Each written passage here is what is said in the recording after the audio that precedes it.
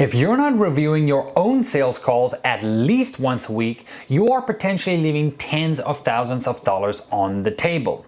Now, the fastest way to get better at closing is reviewing your own sales calls and watching yourself lose and crumble. I promise you this is the very best way to learn.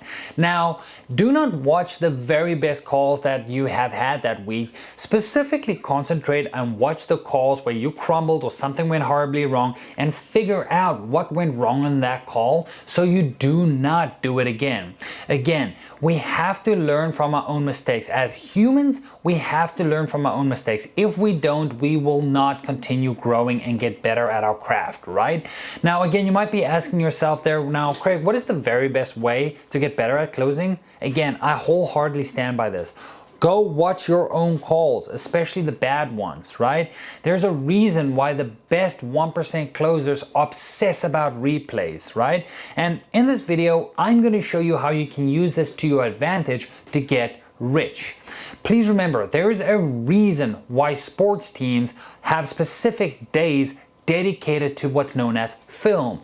The top NCAA lacrosse teams do it. Most football teams do it. Swimming teams do it. I've done it in my previous life. I was an Olympic level swimmer, and we would have days specifically reviewing our races, right? It's no different here, right? The way I run things at Sales Match specifically is like a sports team, right? Especially with closers. It's a performance-based game and you have to get better at your craft. And the only way to get better at your craft is by actually reviewing where you went wrong. Because guess what? A lot of times you are in the weeds of things on a call. You're specifically thinking about where can I take this conversation? What can I say next? The frame of the actual conversation. A lot of times, including myself, right, we are not noticing small, subtle changes in body language from the prospect, or, maybe you're doing a screen share and you cannot see them that well. And by doing film review, you will notice exactly where you're going wrong, right? And this will tell you a different story as opposed to the call you will actually on. By watching it from a 30,000 foot perspective, from a different lens, you might catch up on things that you did not on the actual call itself, right? Now again, let's have a real talk here. Most reps do not want to do this because it is uncomfortable. Nobody likes watching themselves stutter, lose frame, fold on price, or not handle any of the objections correctly, right? It's hard to watch. But again, that's exactly where the gold is at, right? Now, again, the moments where you cringe and you're like, shit, I don't want to watch this anymore. That's exactly where the gold lies, right? And you have to convince yourself and train yourself to review these calls with an open mind, right? Because this is the only way you are going to improve, okay? Well, not the only way, but it's a really good way or really good practice for you to exercise to get better at closing. Simply review your own sales calls, okay? Again, this is a complete unfair advantage that not a lot of people talk about. We generally have the structure of, the sales manager or the founder should be reviewing the sales calls, which is perfectly okay. They should be doing that in addition. But if you're a closer, right, or you're watching this and you're running a closing team, have your closers review their own calls as well, right? And in addition, you should be conducting meetings where you are reviewing sales calls together as well, right? It's super important. And like I mentioned, top reps watch these films like athletes, okay? Again, when you're in the trenches, all you think about is controlling the frame, asking targeting questions, where I'm going to take this conversation. Maybe I'm doing a screen share, maybe I'm drawing something, maybe I'm writing out numbers. There's so many cues that you might be missing, right? There might be frames that, that you didn't realize you were even taking the conversation in that route. And ever since you took the conversation in that route, everything went south from there on forward. Okay, maybe you rushed the pricing. Maybe you didn't have the right tonality. Okay, these are things that you don't really realize when you're in the trenches on the front lines busy closing. But by reviewing your sales calls, this is how you can exactly figure out where you went wrong. Maybe you were over talking, maybe you missed some pain points that you didn't really hit on. Maybe your discovery phase wasn't strong enough. Maybe you didn't, crush the objections and isolate the objections as well as you could have, right? These are all things that you need to pay attention to. Because again, you'll start closing before you even get on the next call, okay? And what I mean by that is, guys, if you can improve it in your mind before you even can get on the next call, you know you're not gonna make that same mistake twice because you've learned from it, right? So that's super important. But let me guide you through the three-part call review formula that actually works, okay? Now, the first part, you're gonna be listening for pattern breaks. Now, what do I mean by this, right? Well, when did the prospect emotionally disengage, right? You will be able to see that moment, right? Where they lose, they're not interested anymore and they're just staying on the call just to be nice. Or when did they finally check out? Was it something that you said, a question that you answered incorrectly, or just said something that they did not like? Where did they emotionally disengage from that call? And remember, people buy based on emotion, not logic. So if they disengage emotionally, that is a problem, okay? Or alternatively, where did you lose momentum during the call? What went wrong? What was said? Was your body language? Was it how you said it? Right? Like your tonality, or was it actually what you said physically? Or not physically, but what you actually said, okay? And then again, were you in control or were you chasing? Were they dominating the close? Were they leading the call? Or were you leading the call? Very, very, very important. Now, part 2 is you have to document your own red flags. And the way to do this, guys, always have an AI call recorder on there, right? We use Fathom, super, super cool. You'll literally, while you're on a call, it would show you your talk time. So you know if you're talking too much, right? And it learns from your previous calls and potentially the top closers on your organization to tell you when you should you talk more, should you talk less?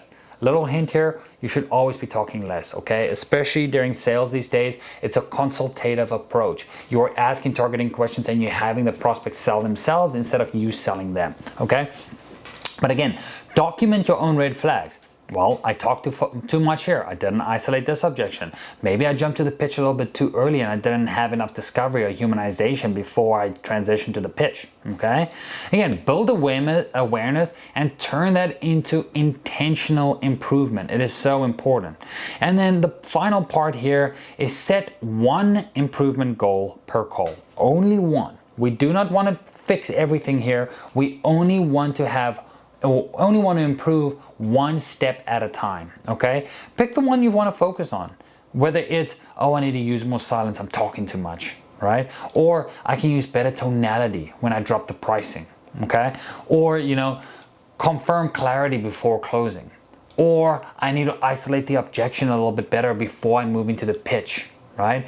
Or I need to explain more value, right? Because the prospect might have not seen the value as much, and that's why they have a price objection, because they are not actually seeing the value. Because price objections on price objections, it's a value objection, okay? Now, you're probably sitting there and thinking, how can I turn this into cash? How can I improve on this? How can I make this better?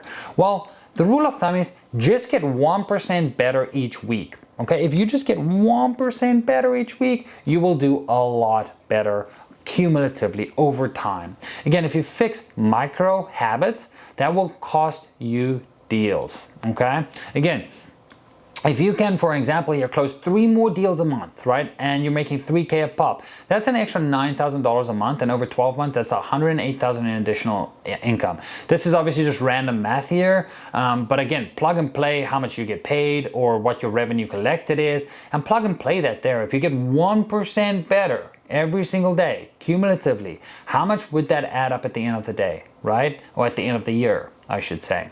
That is going to come up to a significant amount of revenue, okay? From watching your own calls, doing nothing else but just watching your own calls, because again, a lot of closers know what to do, okay? They know what to say. They know how to control the frame.